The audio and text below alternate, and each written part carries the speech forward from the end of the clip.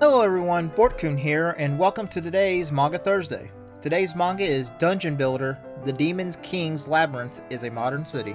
Story by Rui Tsukito, and art by Hideki Yoshikawa. This is a manga adaptation of a light novel. I know, it seems like I do these all the time. But this one doesn't seem to be an English release, so all you get is the manga. But yeah, let's get started with the characters. First off, we're going to start with the main character of the story, Procel. He is unknown to us, really. When we first meet him, he wakes up in the middle of a room, and he has no idea where he's at or who he is. All of a sudden, a woman talks to him, asking, "Who are you?" And she has a dark lion beast with her, and she basically tells the beast to attack Procel. Well, Procel, in instinct, creates a gun out of thin air. We find out that he has the Demon Lord power he becomes the Demon Lord of creation. So he has the ability to create simple things like guns and such like that. It can't be too out there, I don't think. At least that's not what it's showing us. Anyway, he creates the gun, he shoots and kills the beast. Then we find out who the woman is. Her name is Marcellus, but we just call her Marcho because it's a lot easier. Thank God for that. But we find out that she's the Demon Lord of Beasts, and she is basically a mentor to Procel, and teaches them all he needs to know about how to be a Demon Lord and create a dungeon. Marcho informs him of what a Demon Lord is supposed to do. Basically, they just build dungeons in which they reign over, and they lure people into their dungeons and collect their powerful emotions and life force, or dungeon points. Yeah, they try to make it into a RPG kind of system. It's kind of odd, but anyway, we learn about that, and then we learn about the crystal ball, and that's the source of a Demon Lord's power. Now, these are just nothing's really shown about them. It's just that they're a crystal ball and it contains their power. If it gets destroyed, the Demon Lord doesn't get killed, but they lose all of their power and all of their I assume all of their creations, because I'll get to that later. They lose all their creations or whatnot.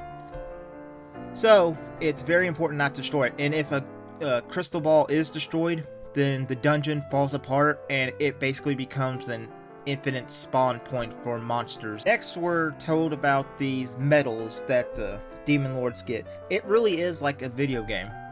It says each month they get a new medal that they can use, and they can create monsters with it. And I'm just I'm fascinated with this, but why do you have to have medals for? I don't really get that part. But anyway, there's medals, and it's there's different forms. There's attribute ones, there's type ones. She gives him a beast medal, and he has his free one is an attribute, but thanks to his creation skill, he can change the attributes and stuff. It's interesting. It's it's weird. It makes sense, but it's just you have to really think about it. But he has his creation skill, which gives him a bit of control on what he creates, and he uses it to create Tinko.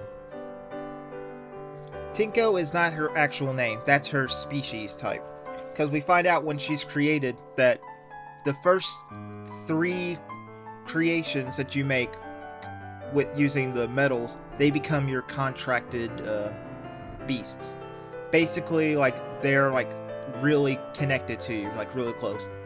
And so I have a feeling, I'm assuming that in the next couple volumes we'll find out her name and then the other creation's name that he makes.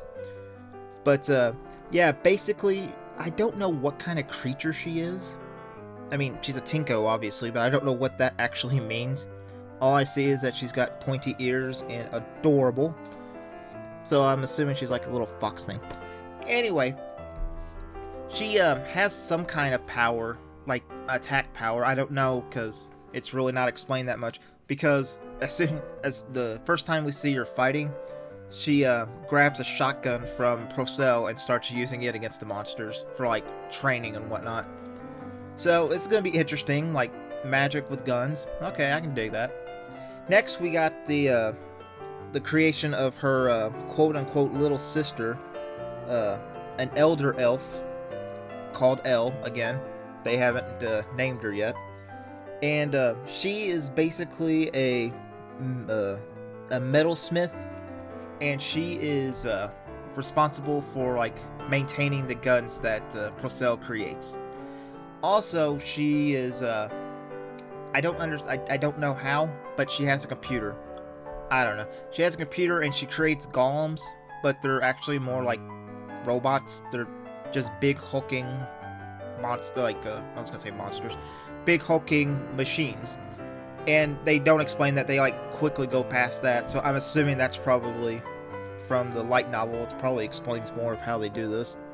But like it explains that she goes into the dungeons with her robots and collects this super important metal, and yada yada yada.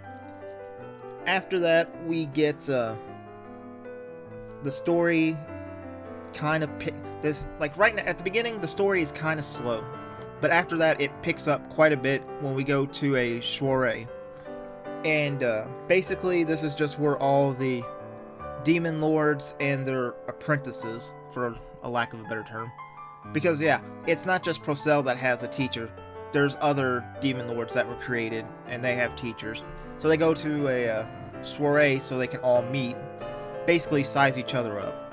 And then there's this one girl. I'm not gonna get too into it because it's basically like it's at the very end of the book, so I'm not gonna spoil it too much for you. But basically there's this little demon girl, and she's like talking smack about Procel's creations, and at the end they have a war games match. And by that I mean like they both create a 3-room dungeon, and at the end is a false crystal ball, because like the creator of the demon lords, we have no idea who his name is, basically their god I guess, he says like everything will be returned back to normal. This is just a scrimmage to show off your skills and whatnot. And that's about it. And we end with a cliffhanger. I'm actually really enjoying this book. I will absolutely continue reading it. It's, like I said, it's a bit slow. Oh my goodness, I can't believe it. I didn't talk about the best part. My favorite part, I should say. Before Procel creates Elle, he has a squad of skeletons, and they're called the Skeleton Squad, and they're my favorite things in here. Basically, they're just like, because of his creation skill, he can create low-level monsters, so he creates skeletons, and the reason that they're kind of a threat is because he just gives them guns, and I find that hilarious. I love that. You don't really see much of them. They're just basically there, because like, honestly, when he was going to create Elle, he was originally going to create something that could control the undead, but he subconsciously created Elle instead. Yeah, that's the explanation. But yeah, this is a interesting story.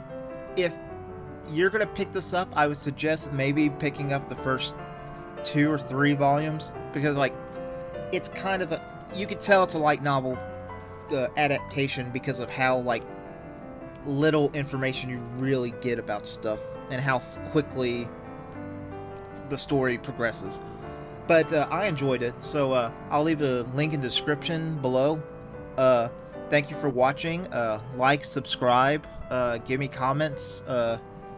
Yeah, just having fun. Bort-kun signing off. Bye.